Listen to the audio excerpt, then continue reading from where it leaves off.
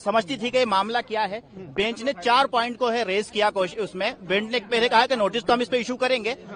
जो solicitor general है उसको कहा कि हम आपको नोटिस इशू करते हैं, ठीक है, नोटिस इशू करेंगे हम, लेकिन हम इसके ऊपर ये कोई पार्लियामेंट एक्ट बनाती है तो उसके ऊपर स्टे नहीं लगाते हैं। लेकिन ये एक्सेप्शनल केस है, ये केस एक एक्सेप्शनल केस है जिसके लिए हम इस पे इंटरिम स्टे देंगे, हम इस पे इंटरिम रिलीफ देंगे। इंटरिम रिलीफ जो है कोर्ट ने ये कहा कि हम अभी डिक्टेट करा रहे हैं इंटरिम ऑर्डर, उसमें उन्होंने हमें क्या क्या रिलीफ दिया। पहला रिलीफ दिया कि एक्स ऑफिशियो को छोड़ करके बाकी जो भी मेंबर होंगे वो सब मुस्लिम होंगे, ये हम लगाते हैं। दूसरी चीज, जो कलेक्टर अगर जाकर के सर्वे करता है तो वो कलेक्टर जाके सर्वे करने से पहले कोई उसका नेचर नहीं चेंज कर सकता और करने से पहले हमारे यहाँ एप्लीकेशन लगाएगा इस कोर्ट में आके।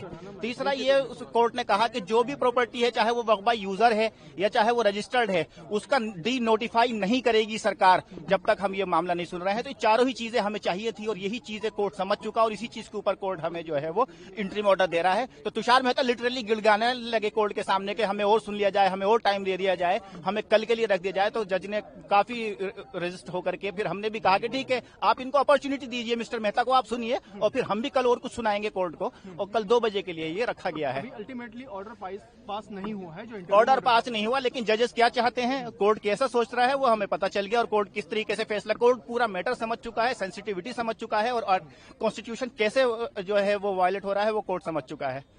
अच्छा, नोटिस इशू किया गया है, कुछ इस तरीके की बात सामने आई है या कुछ एफिडेविट वगैरह फाइल करने को कहा गया है? नहीं, अभी क्या है, कल डिसाइड कोर्ट ने कहा कि अब मिस्टर मेहता हम आप नोटिस इशू करेंगे और आप जो है जवाब दे दीजिएगा। तो मेहता ने खुद कहा कि सर आप मुझे इशू कर दीजिए, हम 15 दिन में इसको सुन के 15 दिन के अंदर हम एफिडेविट ले आएंगे, डे टू डे आप इसको सुन लीजिए, आप स्टे मत लगाइए।